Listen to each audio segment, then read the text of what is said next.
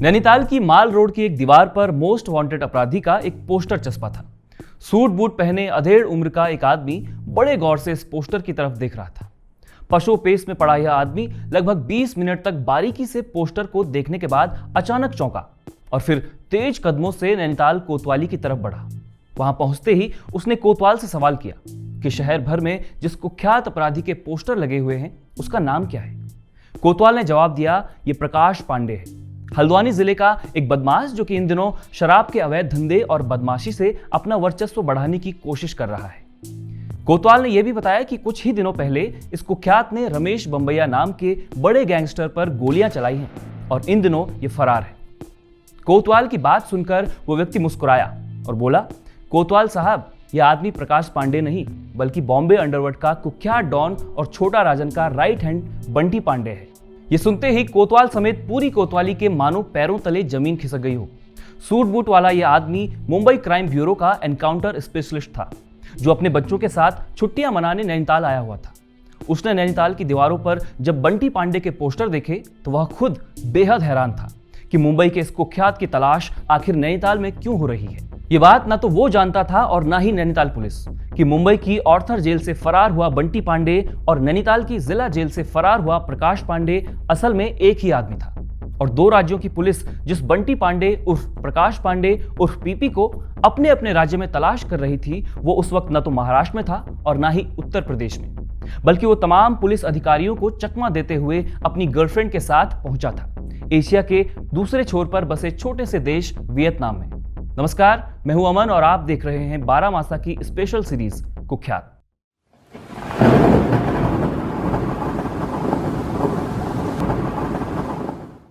प्रकाश पांडे का परिवार मूल रूप से खनोइया गांव का था और रानीखेत शहर में आ बसा था।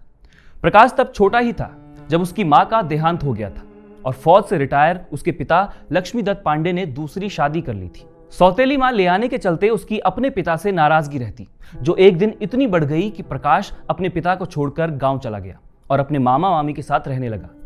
बचपन के इस उठापटक ने प्रकाश पांडे को विद्रोही स्वभाव का किशोर बना दिया था। चेहरे से शांत दिखने वाले प्रकाश ने पहली मारपीट स्कूल में तब की जब वो 8वीं कक्षा में था। खुद से 2 क्लास सीनियर एक छात्र को जब प्रकाश ने पीटा तो उसका नाम पूरे स्कूल में चर्चित हो गया था। यहीं से उसने दादागिरी का पहला स्वाद चखा। इसके बाद उसने खुद की गैंग बनानी शुरू कर दी जो कि छोटे मोटे अपराधों को अंजाम देती। प्रकाश ने पहल अपराध की दुनिया में प्रवेश अपने गांव से ही किया था।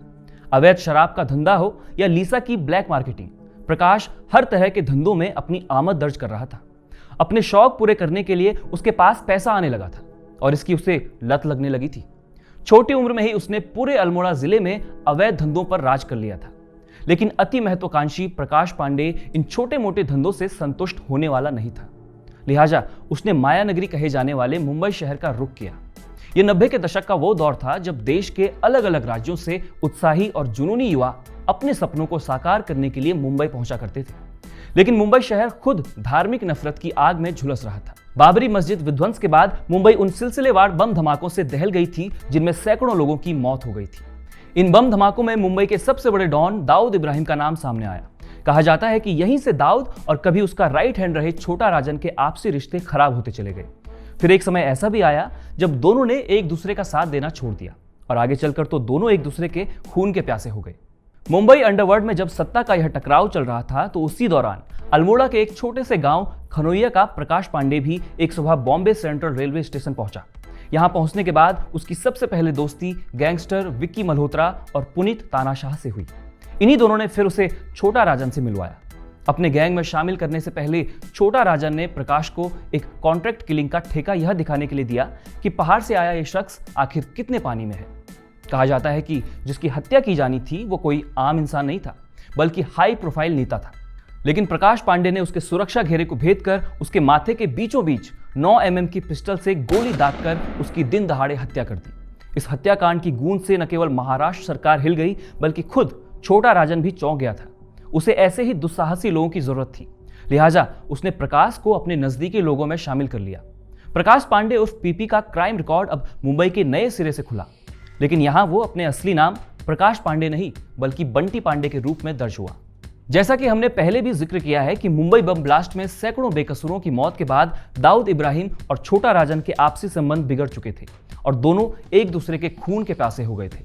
लेकिन इस अलगाव में छोटा राजन ज्यादा मजबूत होकर उभरा, क्योंकि उसके साथ विक्की मल्होत्रा और पुनीत तानाशाह के साथ ही अब बंटी पांडे जैसा कुख्यात भी शामिल था। इन चारों ने मिलकर फिर से एक गैंग बनाई।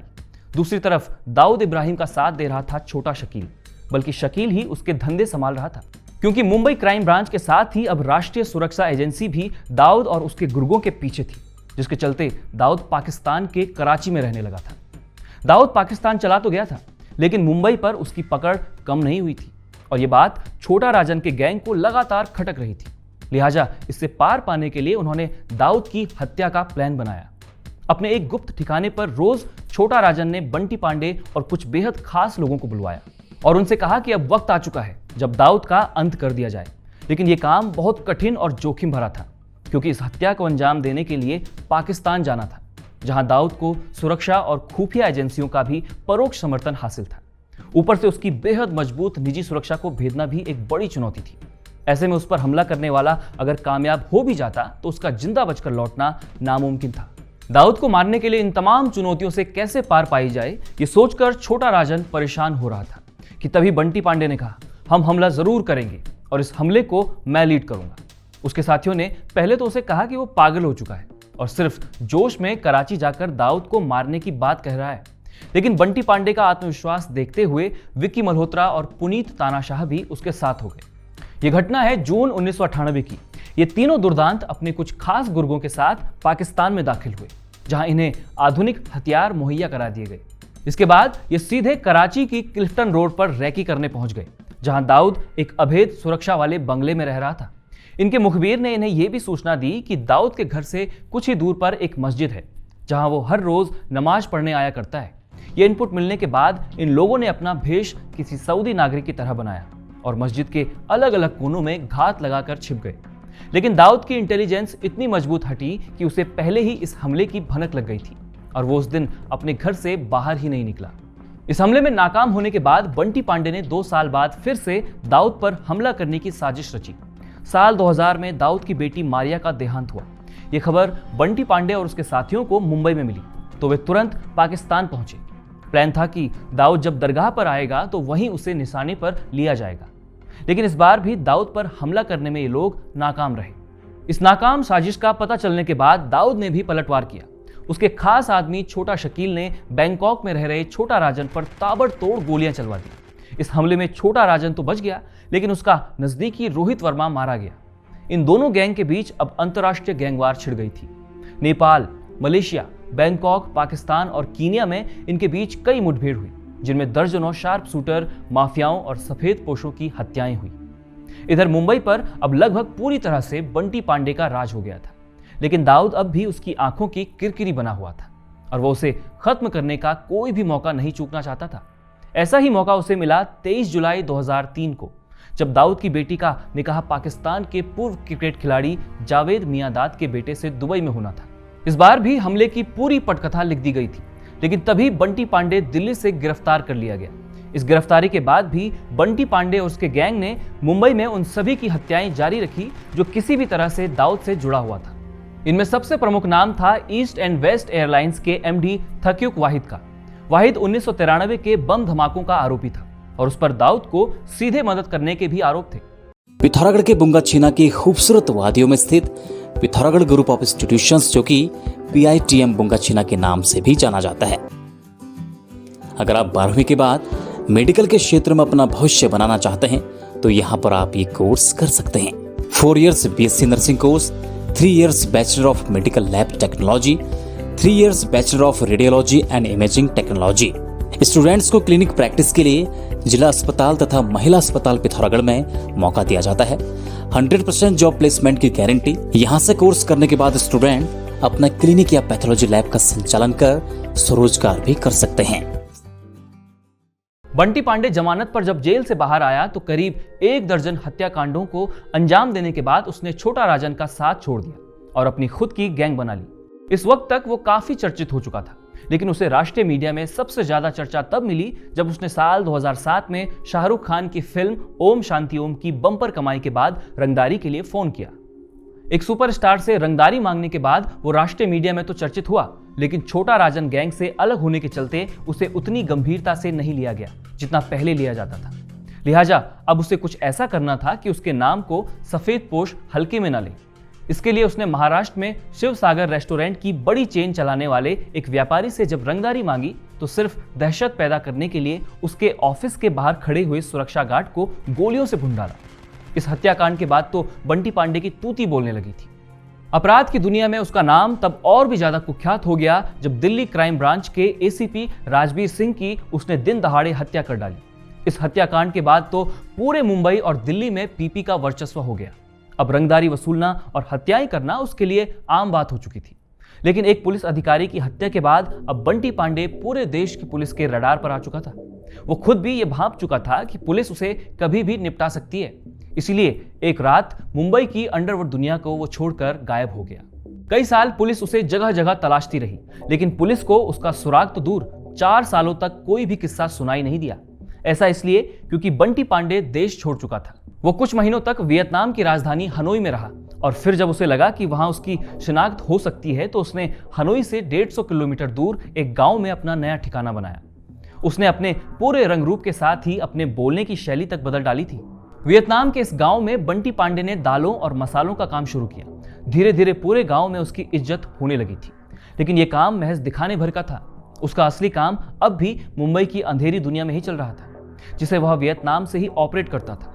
उसकी आराम की यह दुनिया तब उजड़ गई जब वह मुंबई में अपने एक गुर्गे से सैटेलाइट फोन पर बातचीत कर रहा था और क्राइम ब्रांच ने इस फोन कॉल को ट्रेस कर लिया था। फोन ट्रेस होते ही पुलिस ने इंटरपोल से संपर्क किया और कुछ ही समय बाद बंटी पांडे को 3 नवंबर साल 2010 के दिन वियतनाम के उसी गांव से दबोच लिया गया। प्रकाश पांडे उर्फ बंटी पांडे उर्फ पीपी पर मुंबई पुलिस ने मकोका यानी Maharashtra control of organised crime act के तहत मुकदमा दर्ज किया। यह एक्ट महाराष्ट्र सरकार द्वारा 1999 में संगठित अपराधों और अंडरवर्ल्ड से जुड़े अपराधों पर लगाम कसने के लिए बनाया गया था। साल 2007 में एक पेशी के दौरान पीपी फरार भी हुआ, लेकिन कुछ समय बाद ही पुलिस ने उसे पकड़ लिया। इस घटना के बाद से जेल में उसकी सुरक्षा काफी बढ़ चुकी थी। वो तब भी सुर्खियों में आया जब साल 2015 में एक पेशी के दौरान उसे पुलिस वैन में आईपॉड पर गाने सुनते देखा गया। इसके साथ ही उसे रास्ते में गाड़ी रोककर एटीएम से पैसा निकालने तक की छूट दी गई थी, जबकि अन्य मामलों में किसी अपराधी को इस तरह की कोई छूट नहीं दी जाती है। पुलिस अधिकारियों से जब इस बारे में पूछा गया तो उन्होंने कहा कि कोर्ट ने ही पीपी को एक आईपॉड, एक हेडफोन और 2 एटीएम रखने की अनुमति दी है। प्रकाश पांडे जब देहरादून की सुद्दोवाला जेल में कैद था तो उसी बैरक में उसके साथ उत्तर प्रदेश और उत्तराखंड के कुख्यात गैंगस्टर अमित मलिक उर्फ भूरा को भी रखा गया था। सजा काट रहे किसी अन्य कैदी से पुलिस को जब यह सूचना मिली कि भूरा जेल में मोबाइल फोन का इस्तेमाल करता है और साथ ही अंडरवर्ल्ड डॉन पीपी से ट्रेनिंग भी ले रहा है, और पुलिस को जब यह भी इनपुट मिला कि इसके बाद वह सीधे विदेश भागने वाला था, तो इसके कुछ ही दिन बाद भूरा जेल से फरार हो गया था। बंटी पांडे के सफर का अंत वही हुआ जो अपराध की दुनिया में बढ़े किसी भी कुख्यात का होना चाहिए, जेल। पीपी उर्फ प्रकाश पांडे आज सितारगंज जेल में बंद है और अपने अपराधों के लिए आजीवन कारावास की सजा काट रहा है। बारामासा का ये कार्यक्रम आपको कैसा लगा हमें कमेंट बॉक्स में जरूर बताइएगा। अगर आपको ये कार्यक्रम अच्छा लगा तो आप थैंक्स का बटन दबाकर हमें समर्थन भी दे सकते हैं, और अगर आपने अब तक हमारा चैनल सब्सक्राइब नहीं किया है तो जल्दी से बारामासा को सब्सक्राइब भी कर लीजिए और साथ ही घंटी का आइकॉन दबा लें ताकि आपको मिलती रहे पहाड़ों से जुड़ी तमाम दिलचस्प जानकारियां बारामासा।